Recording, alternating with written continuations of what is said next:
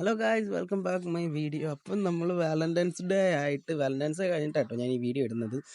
നമ്മൾ കപ്പിൾസിനടുത്ത ഏറ്റ പണികൾ എന്താണെന്നൊക്കെ ഞാൻ പറഞ്ഞുതരാം. ഒന്നാമത്തെ കാര്യം, ഈ കാണുന്ന കാർപ്പിൻ്റെ നിന്ന് നമ്മൾ മെയിൽസിനെയും ഫീമെയിൽസിനെയും സെപ്പറേറ്റ് ചെയ്തിട്ടുണ്ട്.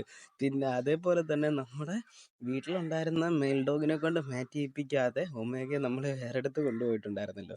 ഒമേഗയെ നമ്മൾ അതുപോലെ മാറ്റിയിട്ടുണ്ടായിരുന്നു. അപ്പോൾ ഇവരുടെ കപ്പിൾസിന് കൊടുക്കാതെ നമ്മൾ അവളെ വേറെ മാറ്റിങ്ങിന് അതേ സമയത്ത് ഈറ്റിങ്ങിന് വന്നിട്ട് പോലും നമ്മുടെ ബൂമറിന് ഒമേഗയെ കൊടുക്കാതെ മാറ്റിയിട്ടുണ്ട്.